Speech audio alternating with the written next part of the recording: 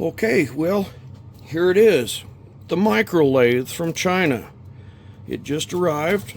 I'm going to unbox it right here in front of you so that you can see what I see.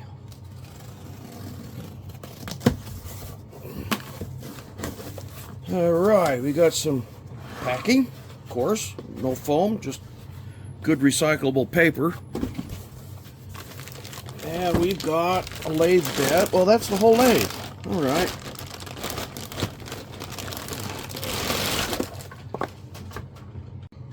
Okay, there it is right out of the box. So far, the head looks like it's on, a little tighter than the mill. It does look like about the same deal as the mill. We're going to see if I can convert it or upgrade it to the brushless system here. That has got to be the smallest chuck I have ever seen.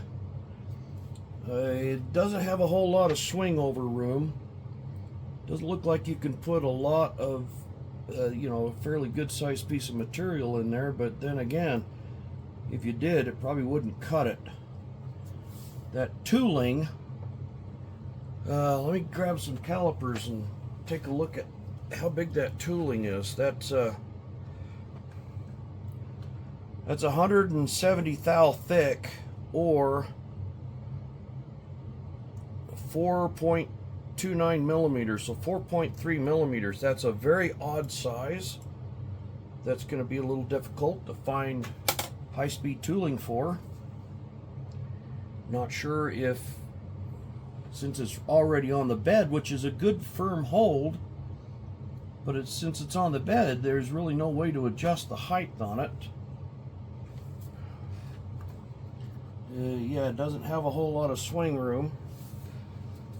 The handles are off. The tailstock seems to be, yeah, this tailstock's got the same mounting as this on the mill. You probably can't even see that, can you? Yeah, it's got the same mounting, the same fidgety mounting over here like on the mill. So that is definitely something that you would want to build and upgrade. Same thing with the headstock. Yep, the same fidgety deal. So in order to get the headstock to move back and forth, you've got to loosen up that Phillips head screw again. I wouldn't, there's no way to do any threading on it, so it's going to be profiling only. The tailstock, actually the tailstock seems to be pretty firm, and that's why, because of the plate. That plate also will help. I think if you put some plates like that on the mill, that will stiffen it up quite a bit. This lathe comes with a brushed DC motor, but it's got a longer or larger pinion pulley on it, which provides better belt wear on this. Problem is, you cannot upgrade this to a brushless motor without pressing this off of the motor shaft that's here. And once you do that, you're pretty much committed to putting in a brushless motor. The lathe came with a few extra tools, came with a couple extra T-nuts, came with an extra handle. These are actually handles to tighten and loosen the chuck. One goes there, one goes here, and then they twist either together or apart, because that's a scroll chuck. There we go. And that will loosen or clamp your work in there. Okay, so that's what those are for. It's got a center marker for round material, a wrench. Haven't figured out what that's up for. Got a couple Allen wrenches, and we have this nice little wrench here. Now this is for locking this mechanism in so that the tailstock, it slides in through there, the tailstock gets put on here, that part locks it in, and so does this T-slot. So that goes in like that. You tighten up the one on the bottom, you tighten up this one, you put this one in between down in here, and that locks the assembly together, just kind of like the mill. However, unlike the mill, this is the locking device for the mill, and it doesn't hold as well as this one. This one also has a socket head bolt on the one end, which works with your T-handle and works a lot better. I don't know if you can get these parts separate, but this does fit the mill, and it acts like it secures everything in place a lot better right here and right here, so that this thing doesn't move around all the time. Let's try some cutting.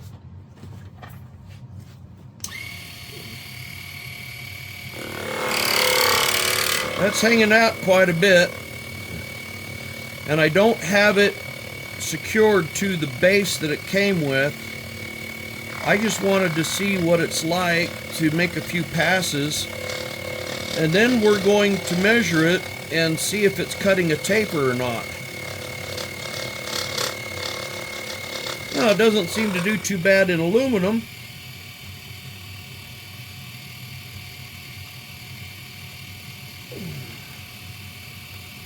Wow, it takes forever to go backwards.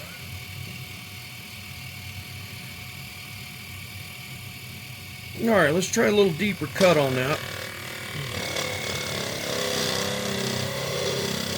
Yeah, that's about as deep as you dare go on aluminum anyway. And that is hanging out quite a bit. Normally you'd want to use some WD-40 or something on it to help with the cutting, but I'm going to be sending this thing back. I'm not impressed with it. So I'm not going to oil this thing up. I'm going to run it dry, and then I'll brush it off and send it back. Yeah, that's about as much as you'd dare do on it.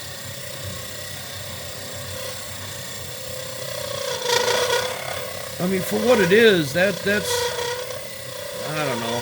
It's wanting to chatter, it's wanting to warm up, it's definitely cutting a taper, because that's getting smaller as we go.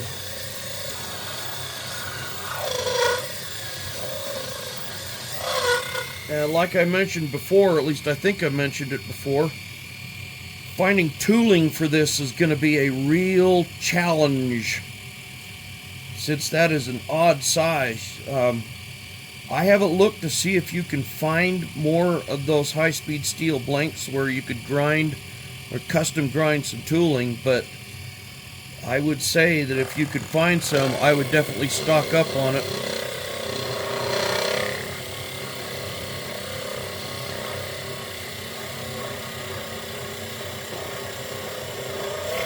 Yeah, that's loading it up.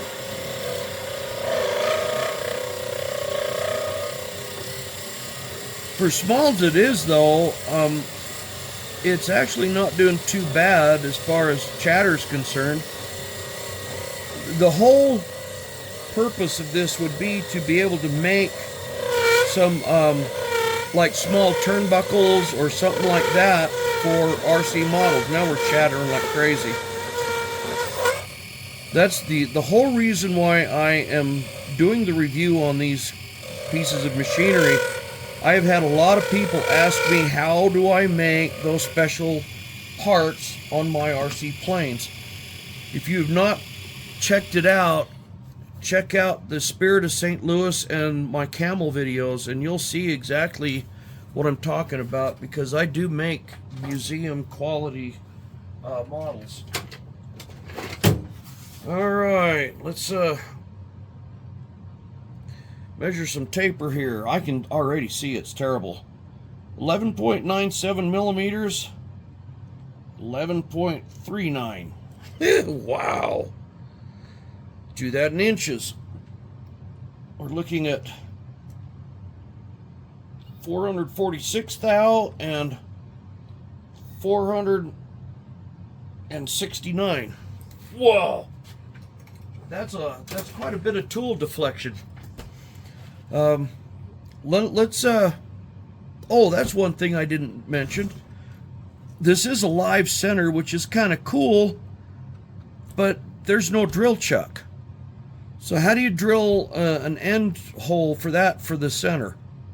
Well, because I guess that's why they gave me the little marker there, so that you can mark the center of that, drill it in a drill press or a regular drill, and then you can use your live center. Another point of interest maybe is that the thread for this headstock is the exact same one as the thread for the mill. So that collet and everything will go on this drive shaft, and this headstock will go on that mill. The vertical post on the mill is attached to this piece with this nut plate. This nut plate goes in here like so and is tightened from the front after you get the vertical post on there.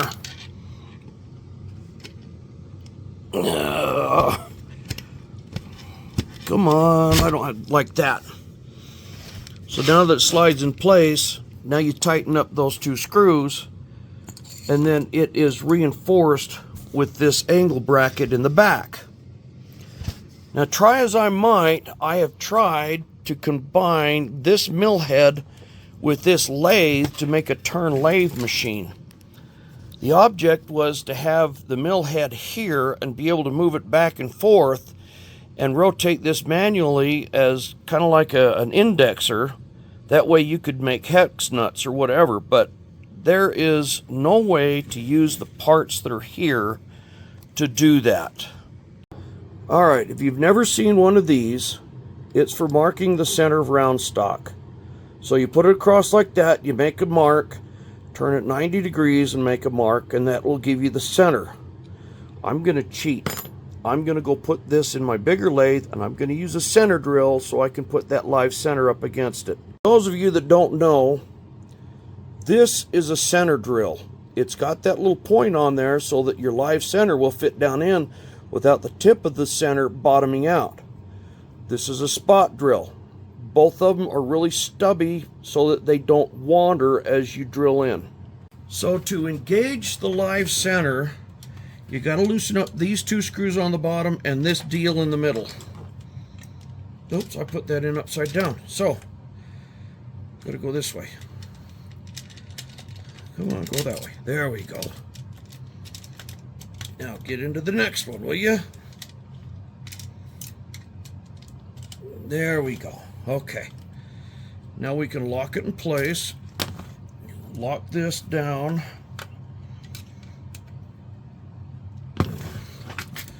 We can lock in the live center. Oh, you know what? That's not going to give me a lot of clearance, is it?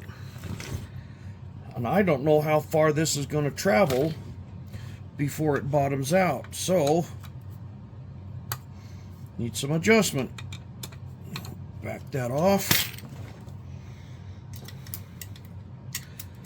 Unlock this thing. Come on, where is it? Can't find the end of it. There it is. Back it out. Now let's see how far it goes. That might just barely make it. Alright, so we're going to go there. Lock it back in. Tighten this. What a fiasco. Back it off. Back this off. Now let's see how bad it chatters this time. And I still may not get it back far enough. Nope. Not quite. Oh well. I'm going to go from here.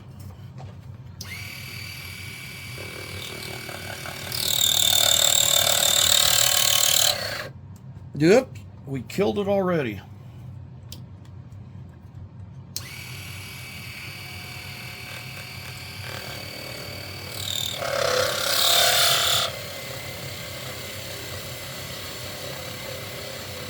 Seems like the chatter is gone anyway.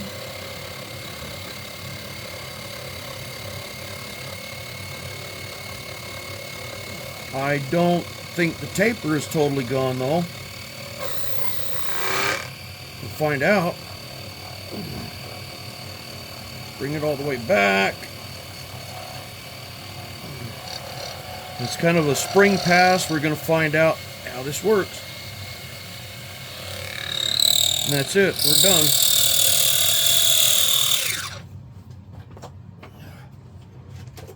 Get the old calipers out, and we've got 462.5 thou, 442.5. That's a 20 thou difference.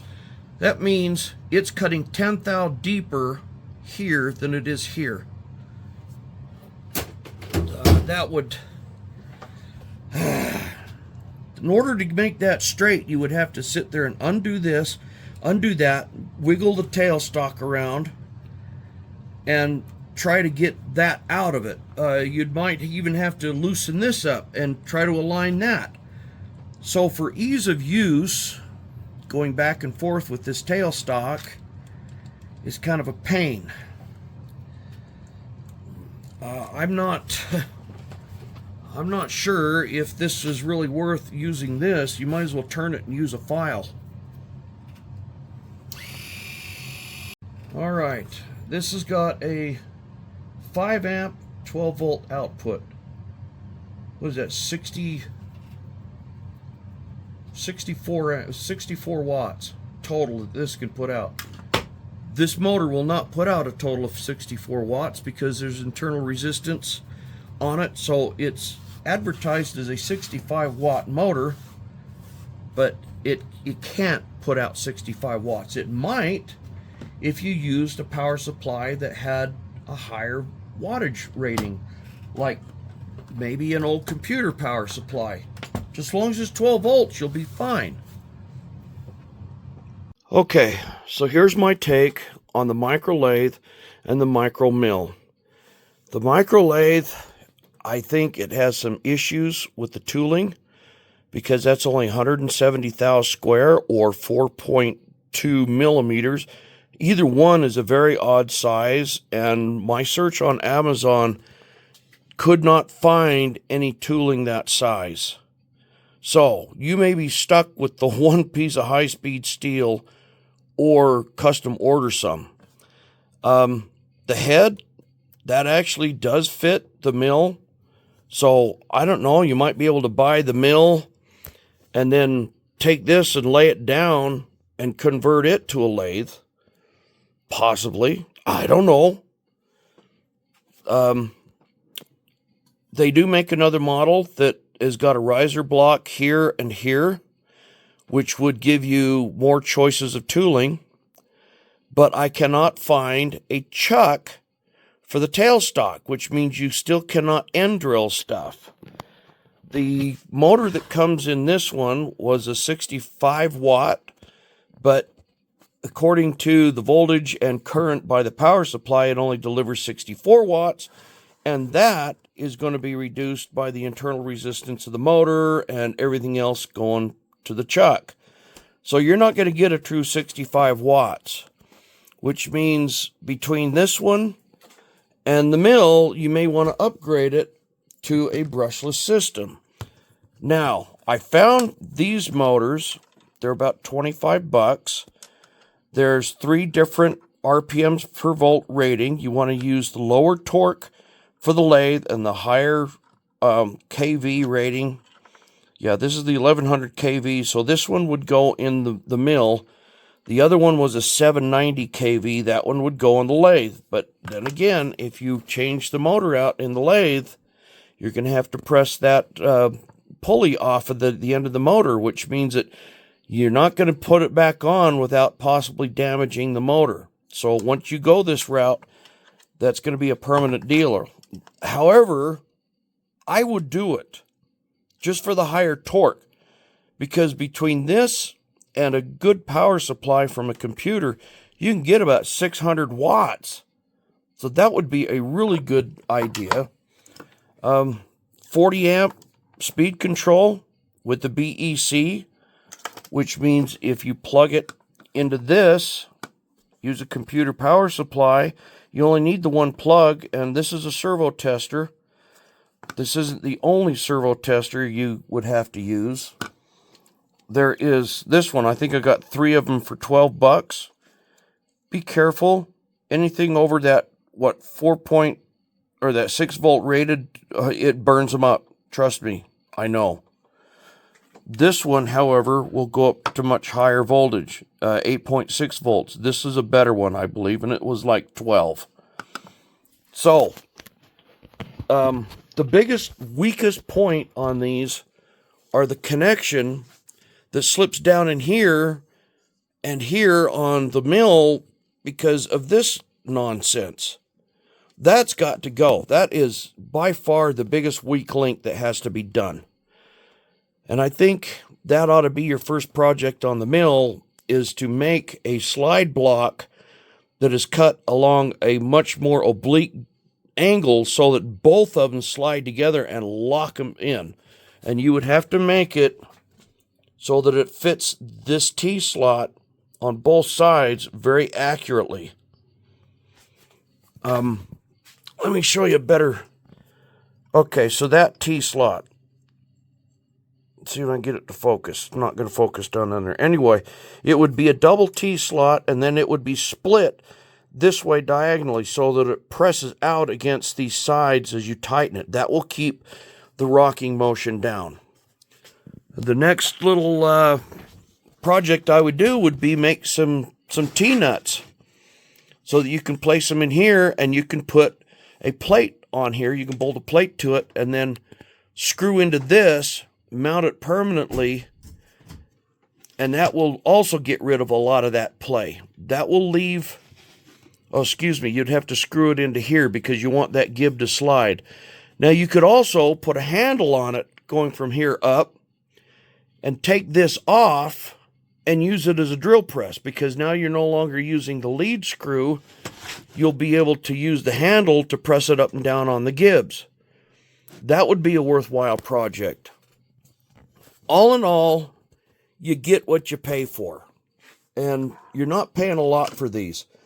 For somebody that just kind of wants to make small model airplane parts out of plastic, no steel at all, aluminum, brass, softer materials, I think it would be all right for what you pay for. It's not going to be a super stellar product because they're only a couple $100, between $200 to $300. Now, I did see another version of this that was like an all-in-one on Amazon that you could mix and match. The whole kit will let you either build a lathe or a mill and swap them back and forth. That might be an idea. For me, I would probably go and double or triple what I pay for it and get the Proxxon equipment. That stuff is a lot tighter and a lot more accurate. You could build some serious parts on that one. Or get into the Harbor Freight stuff. Now, this is an old Harbor Freight mini mill that I built a steam engine on it. I've made a lot of parts on it. I've modified it like this thing like you can't believe. This step right here that supports the vertical post is the only thing that really bolts to the bottom, and it had a problem with it moving back and forth. So I welded up a frame to support that, and that has helped quite a bit. The little Harbor Freight 7x10 lathe, I used it for 15 years and made some amazing parts on it. But you got to modify them. You can see all the screws that I added on the gibs on these things to keep it solid. Now I can cut, I've been cutting 440 chromoly steel on this without a problem. No chatter or anything. So this is about, I think I paid $800 for this. This one, when I bought it, was about $700. I think they're running about $1,200 now. So that's just a comparison. I'm not selling you on any of this stuff. I'm just saying you get what you pay for. So if you like my content and you want to see more of this beast in the back, that's on one of my playlists. It's under Camel. You can check this one out. That's been a 7-year build, and it is absolute museum scale. But please take the time to like and subscribe. and I'll see you next time.